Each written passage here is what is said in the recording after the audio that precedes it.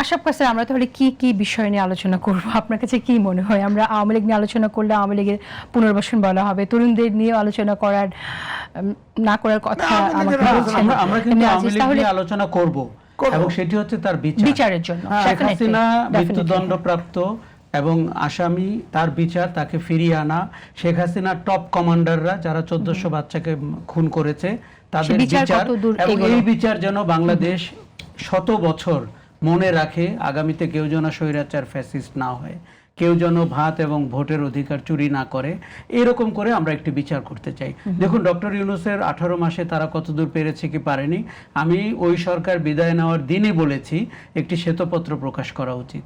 তাদের দুর্নীতির, তাদের নৈতিক দুর্নীতির, তাদের আপনার স্বজন প্রীতির করা উচিত, এবং আমি এখনো মনে করি গভর্নমেন্টের এটা করা উচিত।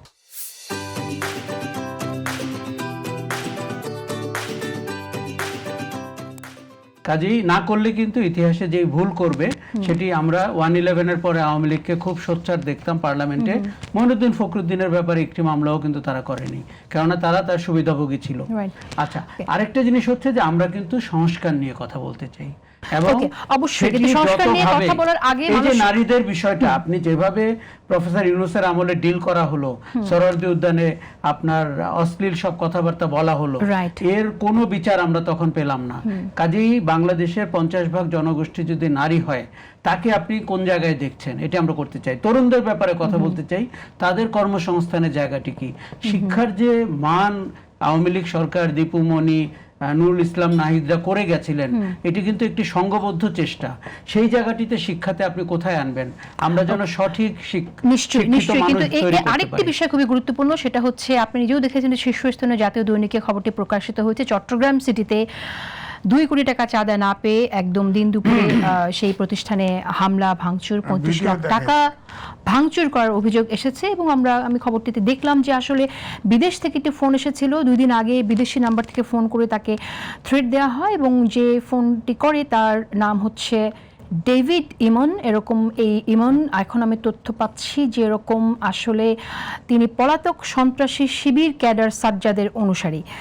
বিএনপি সরকার ক্ষমতায় সাজ্জাদ শিবির ক্যাডার তিনি চাঁদাবাজি করছেন বা তার গ্রুপ চাঁদাবাজি করছে বিদেশ থেকে, আপনি কিভাবে দেখছেন? দেখুন, আমি মনে করি শিবির ক্যাডার কিনা, ছাত্রদল ক্যাডার কিনা, বিএনপি ক্যাডার কিনা, ডাজন্ট ম্যাটার। আপনি নাগরিকের সরকার, আপনি নাগরিকের জীবন মান, ব্যবসা, স্বাধীন চলাচল, স্বাধীন কথা বলা নিশ্চিত করবেন, আর সবকিছু আগে। কাজেই সরকারকে আইন শৃঙ্খলার জায়গায় 0 টলারেন্সে যেতে হবে।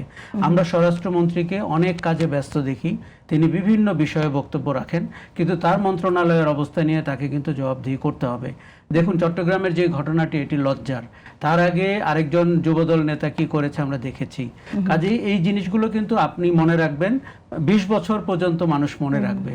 আমাদের এখনো মনে আছে গত 20 বছর আগে যে অনিয়ম হয়েছে, এই যে মানে হাসিনার আমলে যে অন্যায়গুলো হয়েছে, এটি আপনার 0 টলারেন্সে যেতে হবে। সুশাসনের জায়গায় সরকার যদি এক বিন্দুও ছাড় দেয়, সেটি এই সরকারের পতনের জন্য যথেষ্ট বড় কারণ। কিন্তু যে জামাত বা যে বিরোধী জোট থেকে, যদি বড় অর্থে বলি, এত বেশি বিএনপিকে নির্বাচনের আগে এবং পরে এত চাঁদাবাজ বলা হয়েছে, সেই জামাতে, সেই এনসিপিতে যদি চাঁদাবাজ পাওয়া যায়, তাকে কিভাবে দেখবেন আপনি? কি জামাতের আসল চেহারা নির্বাচনের 3 দিন আগে দেখেননি?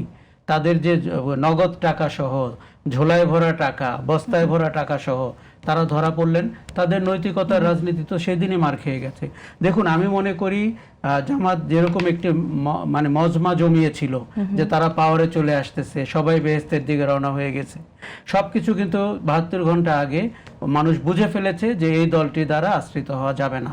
তাদের নেতারা, তাদের কর্মীরা যখন টাকা সহ এবং নগদ অর্থ বিতরণরত অবস্থায় ধরা পড়ে, জামাতের সেই দাঁড়িপাল্লার রাজনীতি, নৈতিকতার রাজনীতি কিন্তু নাই।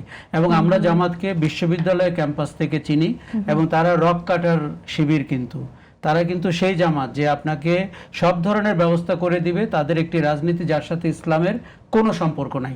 দেখুন, স্বাধীনতা বিরোধী, ইসলামের সাথে সম্পর্কহীন একটি মানে উগ্রবাদী গোষ্ঠীর নাম হচ্ছে জামাত। কাজেই তিনি, তার যে ছাত্র সংগঠন বা তার যে মাস্তান বা ক্যাডাররা চাঁদা চাইতে পারেন, এটি আমি সাংঘাতিকভাবে বিশ্বাস করি। এবং চট্টগ্রাম অঞ্চলে যে চাইতেই পারেন, সেইখানের প্রভাব প্রতিপত্তি আমরা জানি। কাজেই সরকারকে কিন্তু চট্টগ্রাম, খুলনা, যশোর ভাবলে হবে না, সরকারকে জামাত, বিএনপি, ছাত্রদল ভাবলে হবে না। সরকারের কাছে একমাত্র পূজনীয় ব্যক্তি একজন নাগরিক, একজন ব্যবসায়ী, একজন শিক্ষক এবং তার জীবনমান নিশ্চিত শেষ করতে হবে।